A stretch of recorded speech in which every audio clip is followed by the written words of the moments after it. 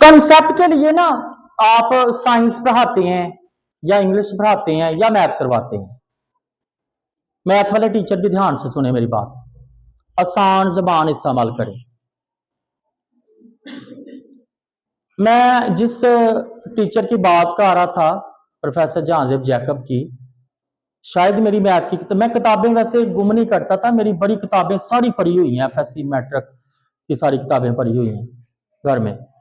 किताबों के ऊपर उन्होंने पता क्या किया होता था, एक सवाल करवाया ना, उर्दू में उसकी उन्होंने नोट लिखवाए होते थे कि इस तरह के सवालों में आपने इस तरह करना। उर्दू में ऐसे साहब नोट लिखवाए होते थे। बच्चे का कॉन्सेप्ट क्लियर करने के लिए आप आसान जबान इस्तेमाल करें, आसान लैंग्वेज इस्तेमाल करें, इजी लैंग्वेज।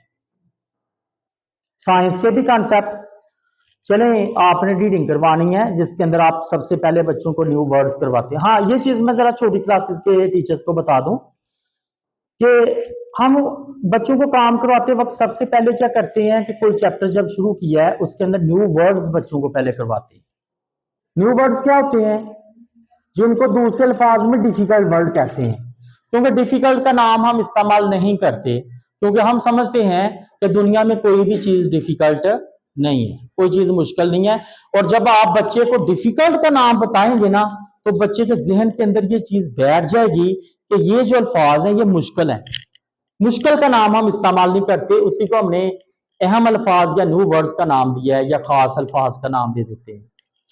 तो वो जो अहम अल्फाज है ना, सबसे पहले हम वो करवाते हैं, और उसकी हम बच्चों को क्या करवाते हैं, सबसे पहले सेलिबल बनवा के उन वर्ड्स की रीडिंग बच्चों को करवाते हैं, कॉपी वर्क में लिखवाते हैं और उसके सेलिबल बनवा के हम रीडिंग करवाते हैं। और सेलिबल का आपको पता है, 1 सेलिबल वर्ड होते हैं, 2 सेलिबल, 3 सेलिबल, ठीक है।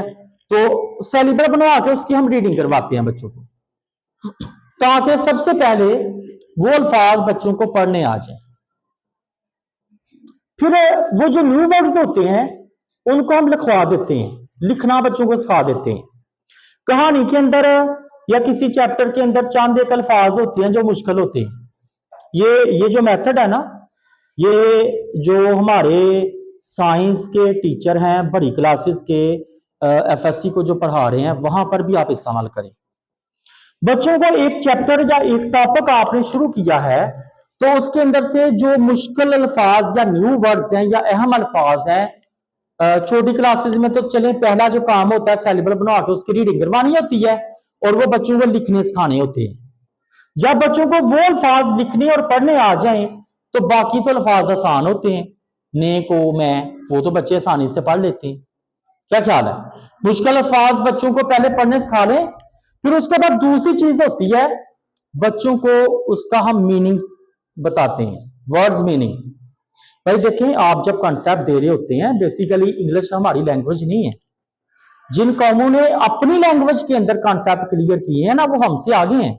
चाइना जो है ना, वो अपनी लैंग्वेज में स्कूल में टीचिंग कर रहा है, हम तो फंसे हुए हैं। ना हमें इंग्लिश आती है, ना हमें उर्दू आती है, हमारा वो हिसाब है, ना खुदा ही मिला ना वसाले सन, ना इधर के रहे ना उधर के, ठीक है। हम तो फंसे हुए हैं दरमियान में, 2 कश्तियों में बैठे हुए हैं हम लोग, ठीक है। तो हमें अपने बच्चों का कॉन्सेप्ट क्लियर करना है।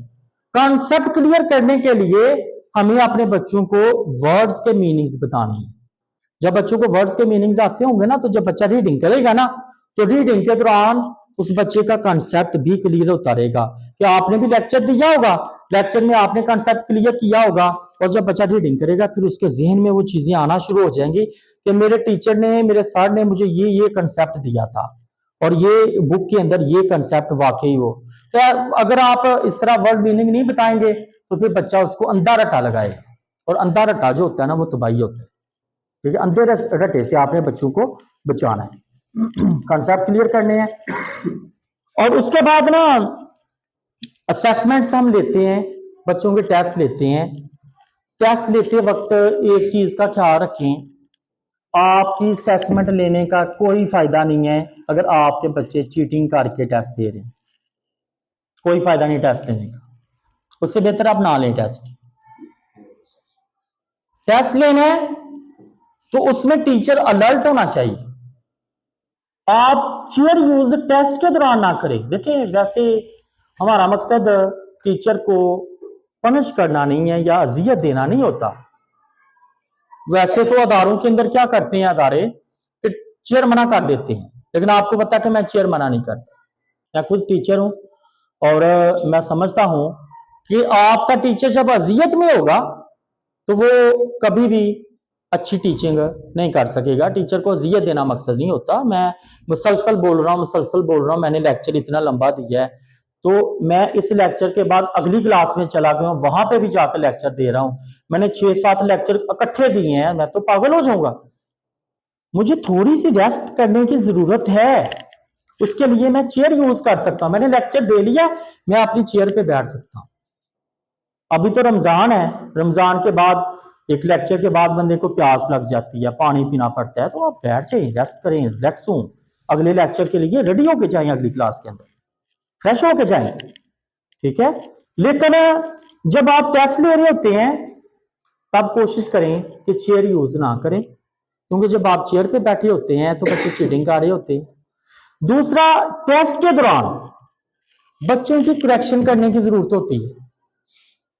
बच्चे पेपर अटेम्प्ट कर रहे हैं, बच्चे को गाइड करने की जरूरत होती है प्रेजेंटेशन के लिहाज से कि बेटा आप इस तरह करें, बेटा आप इसको इस तरह करें, इस तरह करें, ये गलती ना करें, इस तरह करें। मतलब ये उसको सवाल बताने की जरूरत नहीं है कि आप इसको सवाल को ऐसे करो, बस उसको बताने की जरूरत है पेपर ऐसे अटेम्प्ट करो। जब आप ऐसे घूम रहे होंगे, ऐसे देख रहे होंगे, इस बच्चे ने टेस्ट किया है, बेटा ये ऐसे नहीं, ये ऐसे करना।